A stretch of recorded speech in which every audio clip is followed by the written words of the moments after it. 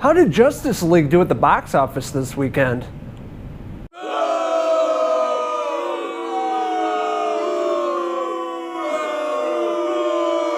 Damn, not good.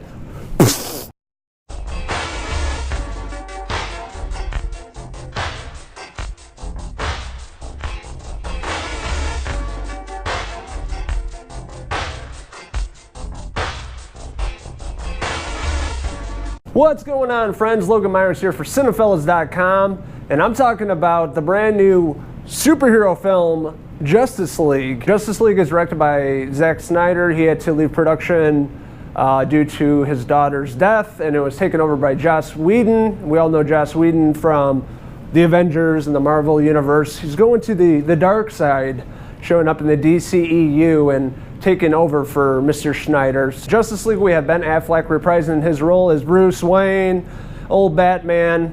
Didn't really care for his character, his depiction of Bruce Wayne in Batman vs. Superman. But in the Justice League, you know, he rejuvenated himself and he was a lot more tolerable in this film, and he did a pretty good job, a pretty convincing performance. You know, with him and Wonder Woman, played by Gal Gadot, setting out to find the rest of the Justice League. You know, we see Jason Momoa's character as Aquaman, and probably one of my favorite characters of the film. His introduction and, you know, what you've seen from the trailer with the water and all that good stuff. He really did a great performance in this character, and he brought some lightheartedness to it, you know, for being a macho dude. You know, he brought some comedy to this role, and it was really good. We have Ezra Miller playing the Flash. I was kind of on the fence about his character and his portrayal of the Flash, but, you know, he did a really great job in this film as well. He had some really funny scenes, and the CGI with him was actually pretty top notch. I meant when he would take off super fast. I mean, just the visual effects looked really nice and looked believable. And then we have Cyborg, played by Ray Fisher. He was kind of the person in the background through most of the film, and he was all CGI pretty much. And that was a really good example how visual effects don't always work in a movie.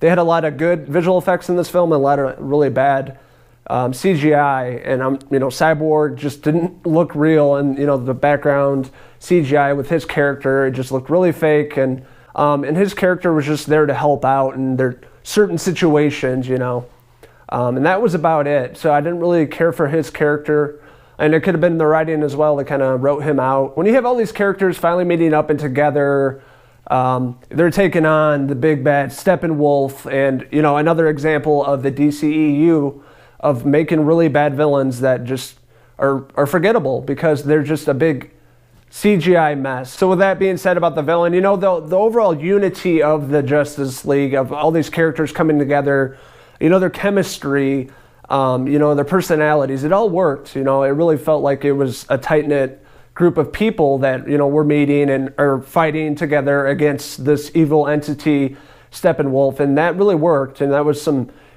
great writing there and believable dialogue between the superheroes. And the one character they never really showed in the trailers was Superman, Henry Cavill's Superman, you know, Man of Steel, and him showing up in the Justice League. You didn't really know much about it, but when he shows up, it's one of the best parts of the film, and probably the best performance by Henry Cavill in this character, because it blows your mind and it's really top notch. You know, Justice League is only 2 hours long.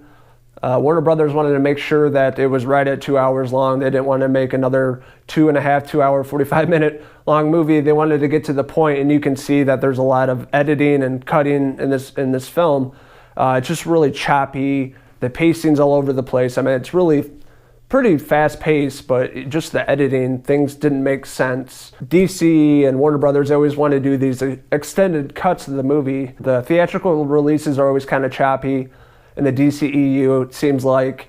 So when they release the extended edition on Blu-ray, the director's cut, you know, a lot of this film will make more sense, and, you know, it'll fill in the gaps. You know, the directing, you know, with two different directors, one being from the Marvel Universe and Zack Snyder basically running the DCEU, it felt, you know, really cohesive. It felt like one director directed this. It didn't feel like Whedon and Snyder, but it didn't feel like a Snyder film either. Just the color palettes and the overall, you know, final product, it didn't feel like a Snyder film. So who knows how much Whedon actually put into this film, but overall, it felt like one person directing the entire film from start to finish. The cast, the standout performances were really Gal Gadot as Wonder Woman again, Jason Momoa as Aquaman, and I really liked The Flash. Ezra Miller's portrayal of this character, I thought he was funny in all of his scenes in the movie. Affleck doesn't want to be part of this universe anymore, doesn't want to be Batman anymore, and it kind of shows, but the rest of the film with him in it had a better performance, and it seemed like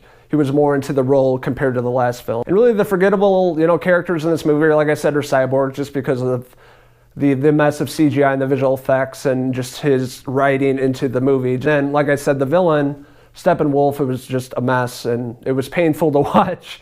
So hopefully in the upcoming films in this universe, they focus more on the villains and getting those right and not just half-assing it with CGI. Overall, Justice League was a good time. I had fun with it. I didn't take it too seriously. I went in with pretty low expectations just from, all the previous films in this universe not being great. So I went in with low expectations, but I had fun with it. And, the actual Justice League, the superheroes, the characters were great together.